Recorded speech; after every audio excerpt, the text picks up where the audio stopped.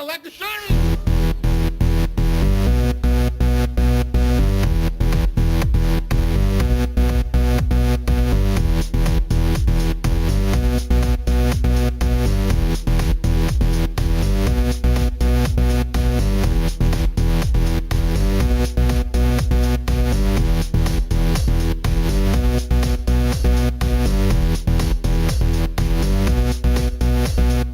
I heard that.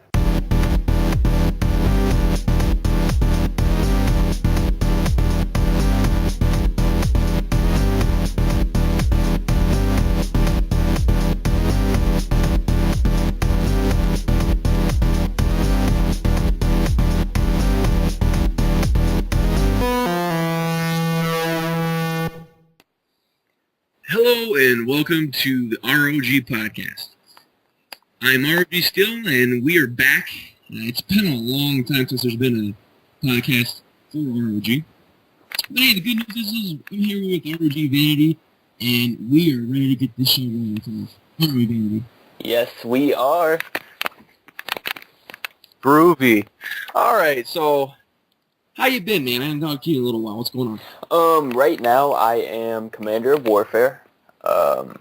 We're trying to push this split. We just split, and we split a couple weeks ago, and we formed Aftershock. But we're trying to, we're stepping up. We're going at it. We're going at it again. We're trying to get this split done with. I mean, I don't know. Still might beat us, but we'll figure it out. Oh, the thing is, though, is you gotta understand, though, man, I'm a very competitive individual, and I do not accept no for an answer. Oh, really? Oh, really? I mean, overall, though, it's all about fun and games. Competing. I mean, if you're talking about Call of Duty here, or we're talking about Battlefield? We're talking about... What the hell are we talking about? Call of Duty? I'm lost. What are we talking about? Are we competing brigades? Are we competing stats? I mean... Okay. So then it is Call of Duty, because it is the Brigade League. Oh, yes. Yes.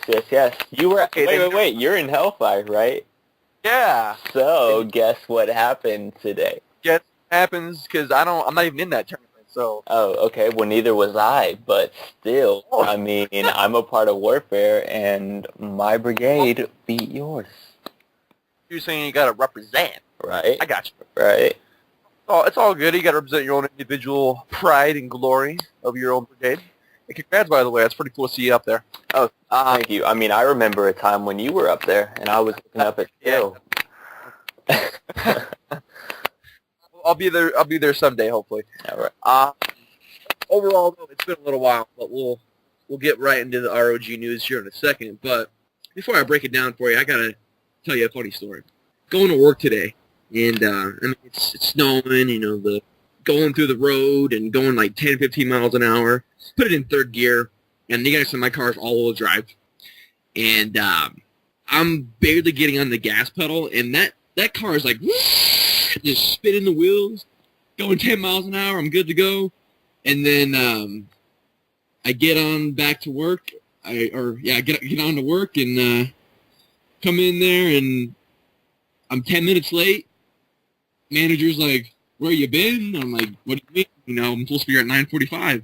She's like, "Oh, I thought you were supposed to be here at 9 o'clock." I was like, "No." So nobody opened. And fuck, I don't know where I'm going with this story, honestly. So the moral of the story is, don't show up late to work, right? I have no idea what I was going. I mean, it sounds really identical to what happened to me the other day because I was, taking my time. I thought I had to be at work at 3:30, and it was like 2 o'clock. And normally I leave like maybe 30 minutes before. So, I had till 3 to actually leave the house. And I'm taking my sweet old time, and next thing I know, I'm on the RoG site or whatever, being a great commander, and next thing I know, it's 3:15, and I'm like, oh shit, I gotta be at work in 15 minutes. Oh, no. So I get in my car, and I just start speeding. I'm rushed. I wasn't even dressed at the time, so I'm still, trying to get ready in the car, putting on my shoes and everything, and in the subdivision of my house, I hit a trash can while I was trying to put on my shoes. And, I'm like, whoa, that was really loud when I hit the trash can. It didn't sound like I just bumped the trash can. So I'm like, okay, I start driving for a little bit and I stop right before I exit the subdivision. And I'm like, let me check on my car. So I get out the car and I look, and my side mirror is broken and it's hanging off of the car, like it's just hanging by a wire. And I'm like, oh my God, I gotta be at work in 15 minutes and my mirror's hanging off. What am I gonna do? So what did I do, Vanity? What did Vanity do? I put on my traffic lights and I drove like 10 miles per hour to work, hoping and praying the whole way that it would not fall off. And when I got to work, I did get to work. I was a little late, but my mirror didn't fall off. And that was, an accomplishment in itself. So I was pretty proud. I got to work a little late, but my mirror didn't fall off. Hey, that's a plus sign, because I know people that have gotten flat tires, such as myself, going to work one day and all of a sudden, I swear to God, dude, I thought someone was shooting at me. Like, I hear, pow! Like a gunshot. And I'm freaking out. My car's not driving, and I'm like, what the hell is going on? Trying the steering wheel, nothing's going on. So I pull over to the side. I go behind to the back of the vehicle, and the tire is completely open, dude. Like, shredded. What was the cause of it? Did you hit? I think it was a nail, honestly, that hit it, and I didn't really see it at the time.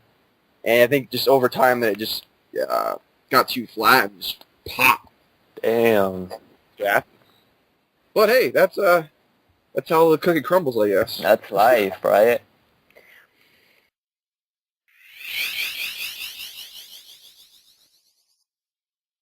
All right, let's get right into the RoG news here. We got a lot to talk about today, so we're gonna get this shit rolling for you. We do. What do you think about RoG right now, as far as how good we're doing as far as expansion and our member base and all that? Well, I know that we recently hit 400 active users, and those 400 are actually all in brigades. So that's a really good thing. I think that's one of our highest numbers in a while, in a really long time. We just created a new Gears of War brigade, a new Gears of War Judgment brigade called Tempest. Bife is recruiting for that, and he's also the Bifey. Oh, I'm sorry. He just joined in March. I'm sorry. I know the guy. Just had to correct you. Well, congrats to Bifey for, taking up that spot, taking up that position, and, really trying to work for that brigade. It's really admirable. Yeah, definitely. I think you'll do a good job, Bifey. I know you're a big Gears lover, so you have a lot of fun with that. Also, we do have a option. I'm sure some of you guys know one of our very own members in the community actually passed away very recently. It's very unfortunate, and RoG Bam Bam RV has been in contact with the family, and he's talked to them on numerous occasions. So given that fact, you guys do have the opportunity to go and donate to his family. It's one of those things, I personally didn't know the guy, but from what I heard, he was a really cool guy, and he's really down to earth, and he did pass away recently, which is very unfortunate. But overall, though, that's definitely an opportunity for you to donate. If you want to donate, even a small amount, $1, $5, anything will definitely help. And we would greatly appreciate that if some of you guys are willing to do that. But if you want to do that, check it out on the website. There's a link for it in the announcements, and you can definitely go in there and go in and do that if you guys want to. On a brighter side, one of our very own RVs, RoG Tragic RV, has a retire. I guess his schedule's opened up a little bit more thoroughly, and he's able to get back in action. And very glad to see him come back into the ranks, because he's a good guy, and I really enjoyed gaming with him. What do you think? I think Tragic. I don't think that he's been away from the rank structure for very long, because what I found out a couple days ago is that Tragic was actually undercover in my brigade as a member. He actually was pretending to be someone else in my brigade. Holy shit!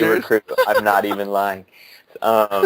I thought this guy was this new recruit. His name was RoG Abyss. As soon as I recruited him, he was so active. I want to say he was posting in the chat box the second I accepted him into the user group.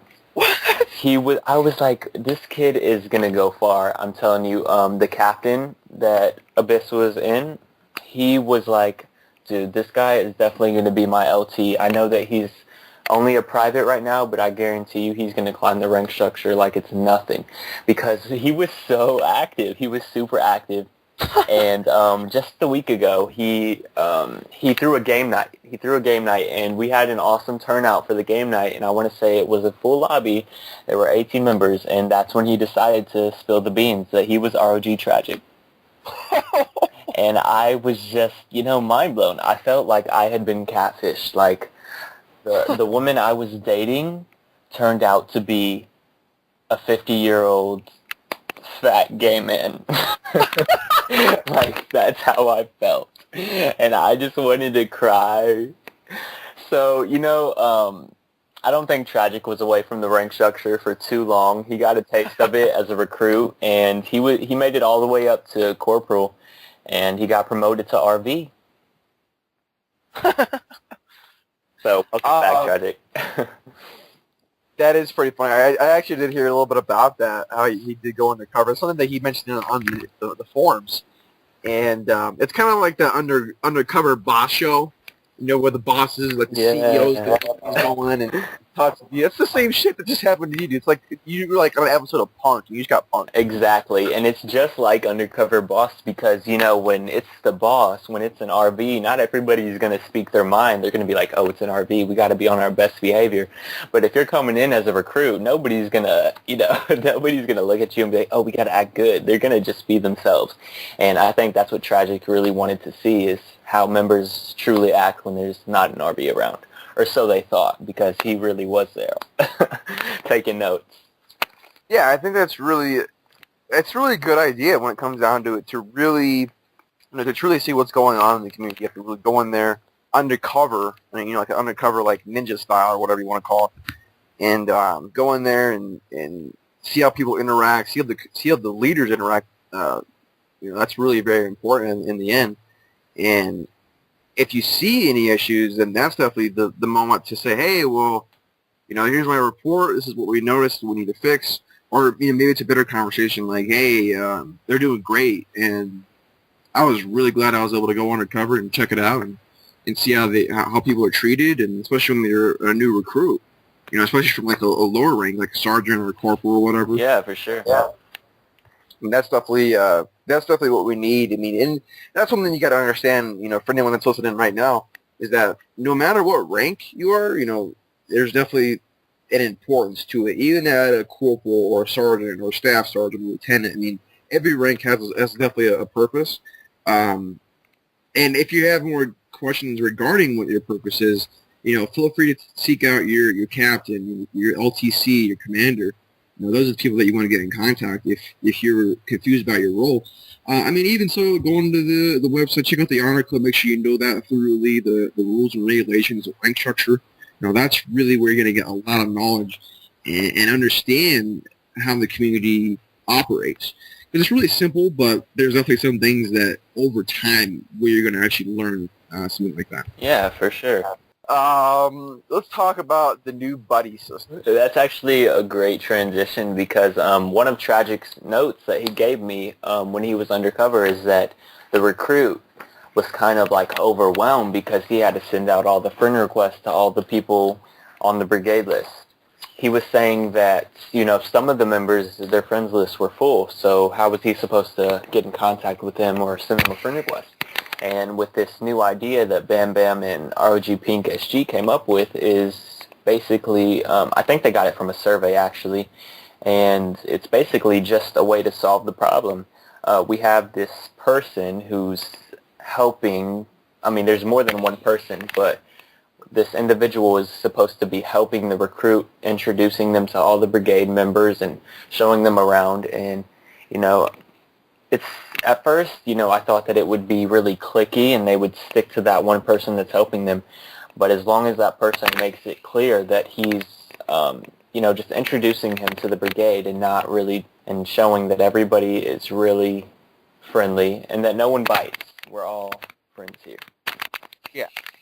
So you're saying that the recruit felt a little bit overwhelmed adding everybody. Yeah. Why do you think that? Is it just a lot of people? I mean, like, just a lot of work? Or? Okay, think about it like this. You went to high school freshman year somewhere, and then you got moved to a totally different high school in a totally different state. You're entering this high school on the first day of school, and everybody's new. You don't recognize not one person. What if you had one person who was delegated to show you around the school, show you how everything works, and introduce you to new people? Okay. I mean, I think it's a great idea, and it's starting to get enforced, and we will see the results soon. We'll see how great it actually works. Yeah, I know that, like you said, RoG Pink SG was the one that initially introduced it, and we in Hellfire are actually going to be incorporating it very soon. But from what I was reading, it really wasn't going to be leadership. It was going to be more like sergeant through lieutenant, I believe, was the ranks if they were, or corporal. I think like a veteran member is what they really want. Though. Yeah. So that's mature. Doesn't cause issues. I mean, that's actually very welcoming and. Like a 3 grace day period where you're talking to them, you're getting to know the people. I think that definitely is a very good idea, and yeah, I can see that from that standpoint of hey, being a new recruit, having no idea who anybody is, and be like, whoa, like what am I getting myself into? I had nobody here. Mm-hmm. But if you actually have somebody that's like, hey, well, this is so and so, and that's this is so and so in this company, and he does this, And that's a little bit better than saying, oh, well, hey, I'm new, what's up? And that's a little bit more awkward. So I think that buddy system is going to really work. But as far as, like, the ranks, like, who can do that and how many people can do that in one brigade, that is kind of where I'm confused about. I mean, that's something that we'll have to talk to, like, Pink or whoever is going to really fully incorporate it. I mean, I should probably talk to Pink about it because she's my SG. But it's just one of those things where it's a good idea. I'm really curious as to how as to how many people will actually be able to do that in one brigade. Yeah, I believe that they're. How many you think should be? I think they're actually going off a volunteer system right now, but if they don't get enough volunteers from each brigade, they're probably going to end up assigning it to a certain rank. That's what I'm assuming. I think it would work better that way, but also we don't want to force the members to have to. If they're not interested in doing something like that, then I don't think we should force them either. But yeah, good point. How many per brigade? And yeah, it's definitely a question we should follow up on. So frankly, I really think that there's only one thing that I'm thinking about the whole situation with the buddy system, and that's let's say that they assign it to like corporal through lieutenant. Let's just say it's like one member. They assign this veteran member this position where they bring in, a recruit comes in, they speak to them, they introduce them, they get them going. But here is the only problem that I'm seeing. Let's say that individual is a lieutenant, and they get promoted to captain. Does that mean that they cannot no longer do that position? I mean, that's kind of what it sounds like. But here's the big problem. What if, he quits doing it, and then we get a new person, and that person screws up? Then how is it going to work then? Yeah, I can see how there are some kinks in it, but it's still in the testing phase, so I think we'll smooth it out eventually. But right now, they're just sticking with volunteers. I don't think they're going to assign to a rank anytime soon until they actually see, how the progress is going with the volunteers. I mean, don't get me wrong. I think it's a great idea. Just there's definitely some. I mean, it hasn't been fully iterated as far as what options there are, what the rules are. I mean, there's definitely some fine things that need to be tweaked as far as the understanding of that, and then perhaps some people will volunteer and want to do that. I mean, I personally wouldn't mind doing that. That seems kind of cool, and I think that makes it really like that greeter or welcoming service, like, hey, welcome, this is what we're about, and get them in there and get them into action instead of coming in and knowing nobody, and that's the last thing that we want. Yeah, I didn't really think about it at first, as a commander, I was always just like, here's the brigade list, add those people, but now that I think about it, when I first joined, coming onto the website was one big thing. Like, I was like, whoa, how do I work this? And then to have a whole nother thing and be like, hey, you got to add all these people. You send out the invites to them, let them know that you're from blah, blah, blah. It is kind of overwhelming, and it is kind of like scaring away. I think if we introduce them, we'd actually have more activity, more recruits that stuck around longer, and basically a better community if, everything's worked out smoothly. But like I said, it's still in the testing phase, so there are lots of things that we'll have to work through. But I think it's an awesome idea. I think so too, and kind of along we're on that same topic of like recruiting. This is kind of a funny story because out of all the times I've recruited somebody in any community, they have no idea how to operate the website. Like you got to walk them through, click this button, click register, yada yada yada. But the other day, dude, I was really shocked. These two individuals that I recruited, I was like, hey, this is what we're about, RoG 2008, that's what we're founded, yada yada yada, and getting the whole spiel. And they're like, okay, cool. I was like, okay, here's the website. They go on there. As soon as he gets to the website, dude, he's already registered his account. I told him, all I told him was put my name down as a referrer so I get, credit for it. He did that. He's already registered. His buddy was registered. And then he went into the application, submitted the application, and then he was already in the user group right after that. And that was the easiest recruiting process in my entire life. And I was like, nice. I wish they were all like that, but they're never. It's like 85% of what I recruit's like, how do I do this? Yeah, I mean, that's awesome. Which I don't mind, but that was just like easier process. It was like, oh, sweet. Yeah, see, me now, after, Tragic was undercover, I'm so skeptical. Like, if I were you, I would be like, hey, send me a picture of your school ID or something so I can RV. That's probably Viper and Bam Bam. Those are the two recruits you just recruited. They're undercover right now. I mean, I just exposed them. I never thought about that either. It could be like Bam Bam or Viper or something crazy. I'm telling you. Shadow, dude. It's probably Shadow. You never know. Well, I don't know. It'd probably be kind of hard to hide that accent. Well, you kind of tell, yeah. It's a very thick British accent, but and I can kind of tell if it's Shadow. I know Shadow pretty well, so. Well, see, I've heard Tragic talk. I've been in a party with Tragic, and Abyss was talking, and I did not even, put the two and two together that they were the same person. Like, I couldn't tell. So, I mean, Tragic is one crazy magician because... One sneaky bastard. Right.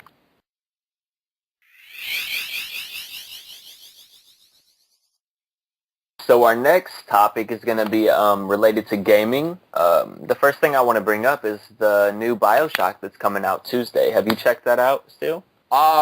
So, first and foremost, I played BioShock. I played the first one. I loved it. Did not beat it, however, and I didn't get an opportunity to play the second one. On the contrary, though, this game I heard is a lot different. As far as like, there's no like those big daddies or that type of dark feeling of an environment. It's a lot more. It seems like a lot more lighter. Like the environment's brighter and it's like more of a happy place to be. It looks like, but overall, I've heard a lot of good things about it. I might buy it. I haven't played the second one yet. So overall, though, I mean, I've heard a lot of good things, and I'm probably going to buy it eventually. But what do you think of it? Well, I actually haven't played the first BioShock, but I did download the second BioShock from the marketplace, and I played that, and I thought it was awesome. The whole underwater aspect was pretty cool, but this new BioShock, it's not underwater, it's actually like up in the sky with the clouds, so it's definitely a whole new like scenery. It's definitely really new and it's bright, like you said, and the graphics look awesome. Let me tell you, I watched gameplay and I was just amazed. The sad thing is, it's not going to come out on the next gen, which it's going to miss out. Once these next gen consoles come out, BioShock is going to be forgotten about because it's on the Xbox 360 and the PS3. But I'm definitely going to cop it when it comes out, and I look forward to playing it. I mean, as far as the next gen, though, like, here's one thing that I'm foreseeing in the future, and this is what's going to happen. There's a couple of things. We'll get into a couple other things a little bit later, but the first thing that I want to talk about is like games like Grand Theft Auto, and I think Watch Dogs is an example. Like GTA 5 is supposed to come out in September, right? Yeah. But it's coming out this year, for Xbox 360, PS3, and maybe PC. But they're also going to release it for next-gen consoles. And in my opinion, I think that's stupid. Here's my reasoning. Graphically speaking, you can make it better than that new console. Then why put it on a current console and then just, we can put it over to the new console and you're good to go. But here's the problem with that. Let's say I'm a guy that buys GTA 5 for the Xbox 360. Xbox 720 comes out. Most likely, I'm not going to be able to play my Xbox 360 version of it because, like, for example, PS4, no backwards compatibility at all. So that kind of gives me the hint that the new Xbox is not going to have any backwards compatibility. So in other words, what they're trying to tell me is I can buy a game on this gen console and can't even play it on my new gen console.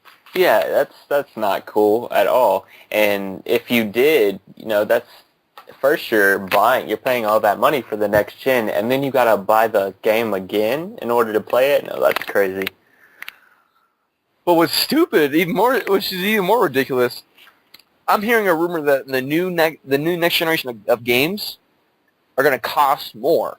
$70 is what I'm hearing. I don't know why, but that's what I'm hearing. $70 a pop. That's ridiculous. I mean, soon it's going to be like $100 a video game. That's really just intense to think about.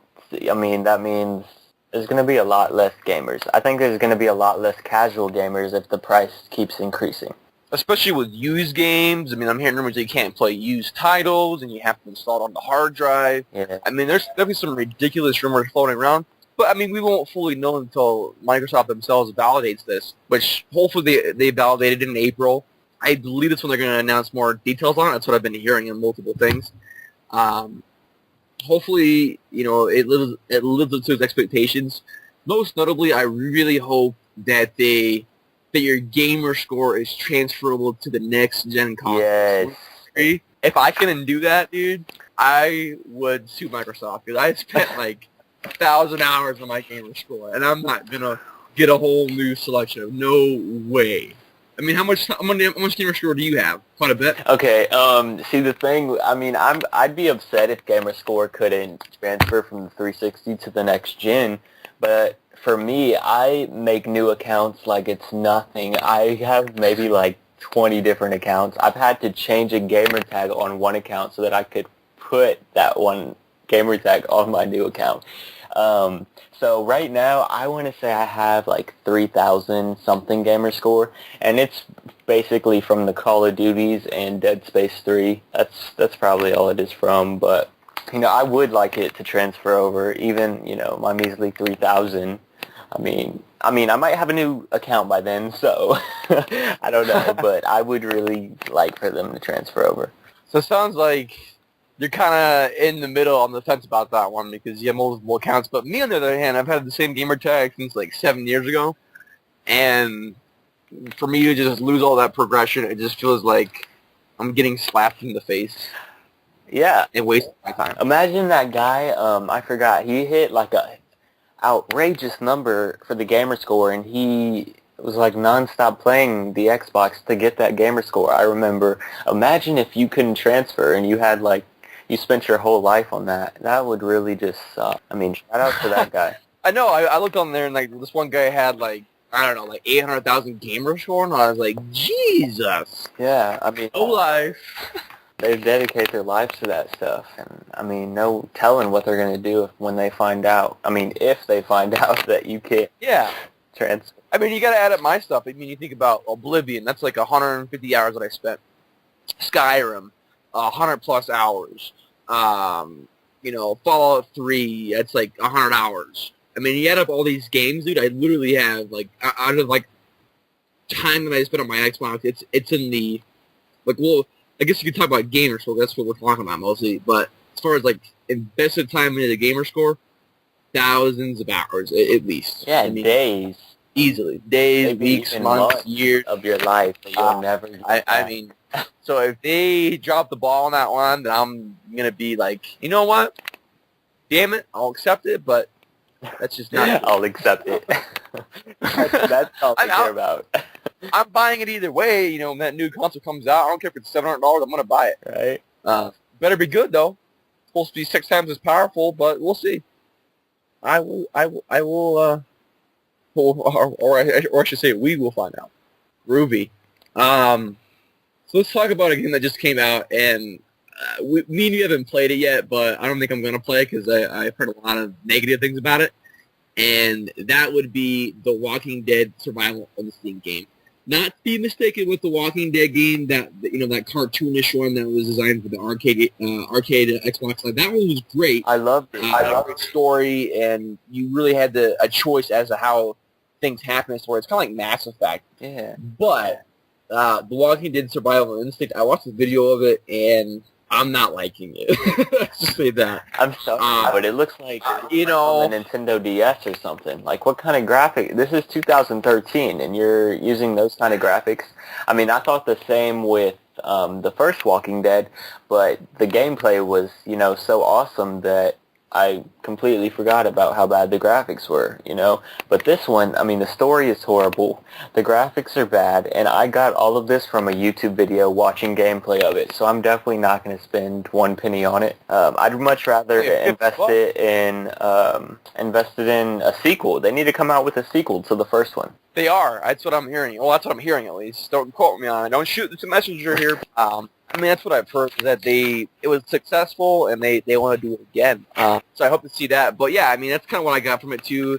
One thing that I thought was ridiculous is like the hair on the zombies was like the same, and it looked awful. Yeah. And the animations were the exact same, where it's like knifing them and just like, and then boom, he's dead. Next one, boom, boom, boom. I mean, it looks so repetitive, and the graphics were awful. Yeah. I mean, they're not up to par with what the current consoles can do. And I mean, you gotta think about it, though. They didn't have a lot of time to develop the game. Maybe if they had a couple years, yeah, it might have been a really good game, but due to limitations, due to their budget, what they're budgeted for, I mean, that's kind of really gonna contribute and understand how well the game will turn out to be, which in this case, not one that I will rent or buy, unfortunately. I'm a big fan of the show, but I won't even play the game for the storyline of the show. I'll just YouTube it and watch it from there. Yeah, right. I love the show, though. I mean, the show is just awesome. The first game was awesome. I mean, it's a little depressing, though, that the season's already ending. The TV show, the season's about to be over in 2 episodes. So, I don't know what I'm going to do with my life. What am I going to watch?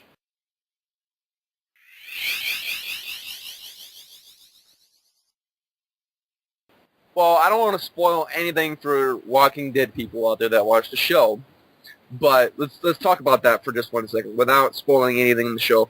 One thing that I want to say is, like, I mean, are you liking the show right now as to where it's going right now, or are you kind of like me where it's like they drag it on, they just keep dragging it on, and it's like, oh, well, this episode's about drama. This episode's about Andrea. I'm like, I don't want to listen to goddamn Andrea. It's just annoying. Kill her off already. Just get a zombie to kill her. When's that going to happen, I mean, what are you feeling on it? Because I like the show, but, like, there's times where I don't even want to watch the show because it's going to be the same thing, and they're waiting till the end where they get into it. I'm not going to explain that part, but it's just one of those things. What do you think? Personally, I loved the first 2 seasons. I thought they were awesome. They were gripping, they pulled you in, and I feel like this 3rd season is just kind of like they're a filler episode. Yeah, they're losing their creativity. I mean, I was like, yes, at first. I was like, yes, they're going to be in a prison. It's going to be awesome. They're going to defend the prison against zombies, and survive. And it's not like that at all. It's so boring. Like, I don't want to watch this stuff, I'm not going to get into any details, but I just feel like they don't know what to do.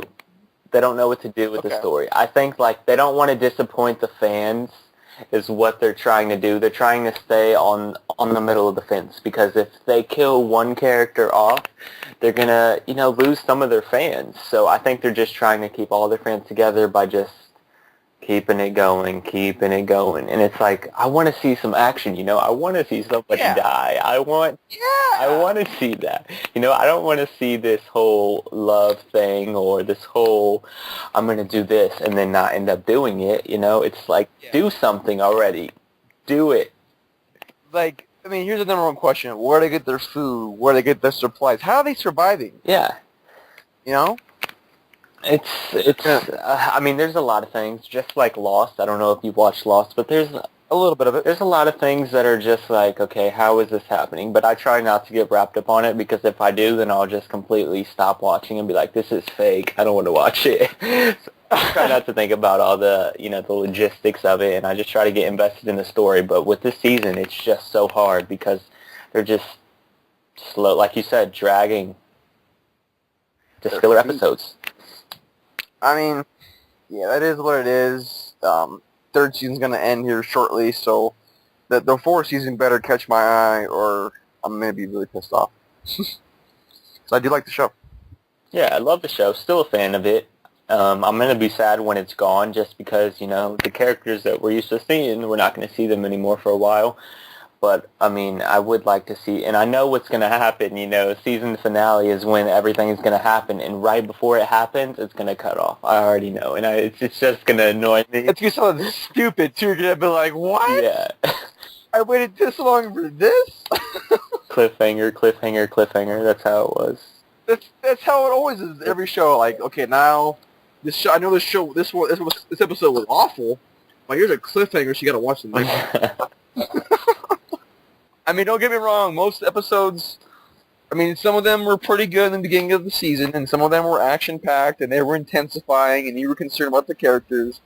But like right now, it's like you don't really have. It doesn't really evoke that emotion that TV shows and movies do in some cases, like Game of Thrones. That's a good example that really evokes emotion, and you really get into the story and the characters.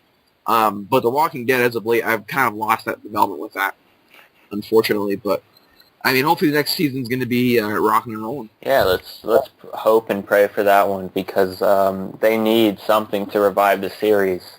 If not, it's going to get canceled soon. It's going to be like Prison Break or something.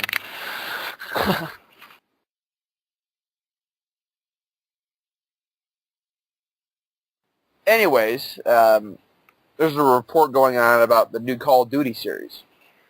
Or shall I say the new Call of Duty game, which is only going to be on next-generation consoles. So that's possibly going to be out next year.